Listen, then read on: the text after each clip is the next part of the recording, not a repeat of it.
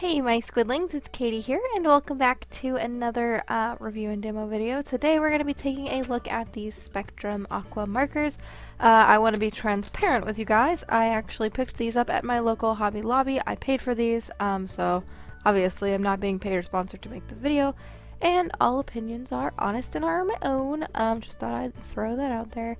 So, I'm really excited. I've been eyeballing these for a while, and I wanted to try them out, so again, these are the Spectrum Aqua markers, and there are 12 colors in this set.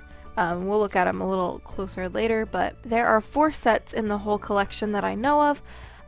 There's this set, which is the Essential set, and then there is the Floral set, the Nature set, and the Primary set.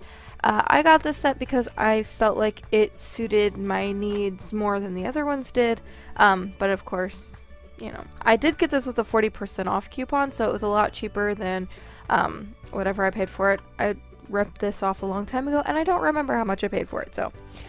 So let's just look at the package to get some kind of expectations. These are artist markers. They're dual tipped and blendable with water. And then on the back here, it actually gives you some swatches, and I don't know if you can pause and read that, but if you can actually see it, you should pause and read all of this because I'm not going to read all of that right now. So I'm just gonna get right to opening it. So they open like this, and you've got all of the markers, so I'm just going to pop all of them out.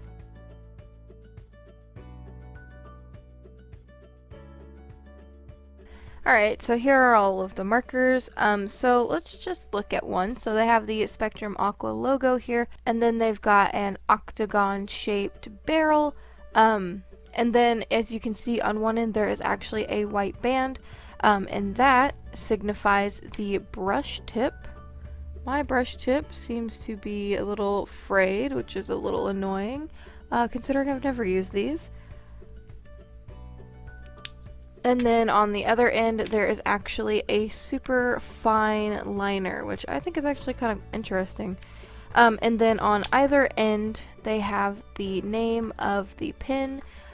It is kind of small, and there's no like actual numbers, but I think it's cool that it's still easily readable and you can see what color it is.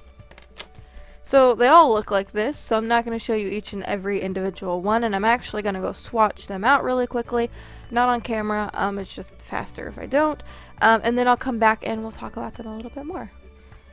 Alright, so here are the swatches. I swatched them out on watercolor paper, and on the top here we have just blended with water, then the actual marker, and then the fine tip I wrote the name in. And here's a little bit of a closer look. You can see that the black didn't really blend very well, and some of them don't, but I'm going to talk a little bit further in the illustration, so let's go ahead and do that.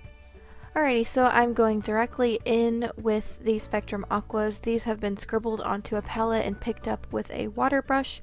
I'm doing that for my early layers just because personally I think that's the easiest way to use these. That's how I recommend to use them, because if you're not using really good watercolor paper, like super high quality, it will pill the paper if you use the marker first. Also, I want to mention that they don't really blend as well as I had hoped, because you saw in the swatch that there was like the black didn't completely blend out. You could see where I had scribbled on. So I definitely would recommend for your early layers just to get a base of like a wash down and use like a palette to do that. I want to mention that on every video nowadays I'm going to be putting a poll on the screen asking you what you want to see for next week's review, so that'll be on the screen now.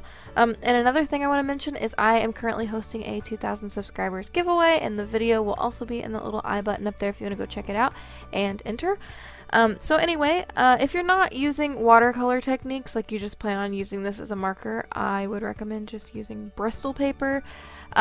It probably works a little bit better than every other paper that I tried if I'm not using watercolor techniques. If they're dried onto the paper, they're really stinking hard to blend out. I experienced that, and it was not fun.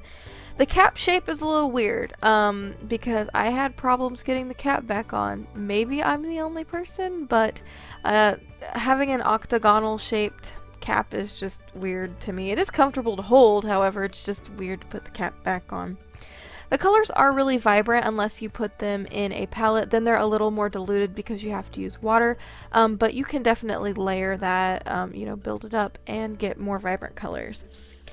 All of my brush tips were frayed when I opened the package, and I find that really annoying. I don't know if that's just I got a bad egg or if that's just how they all are, but that's rather annoying.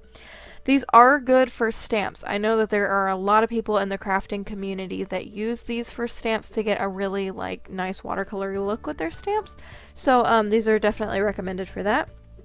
They would be really good for mixed media, like with watercolors, like if you're using a different watercolor set and you want to add some more definition, these would be really great for that.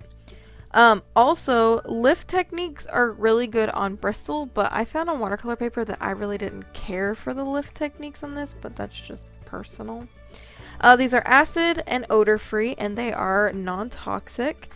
Packaging can double as a palette, which I think is really cool, and the cap color is not accurate because it just wasn't. So all in all, I'm going to give these a 7 out of 10. I didn't super care for them. They're not as good as I'd hoped, but they're still not that bad. So anyway, I want to thank you guys super duper much for watching. If you did like the video, don't forget to thumbs it up. Also, don't forget you can join our cute little Squid Pod if you haven't already to keep updated on new videos and stuff. And you can follow me on Instagram, Twitter, and Tumblr, and all those places. All those links are in the description as well. So, until next time, guys, toodaloo!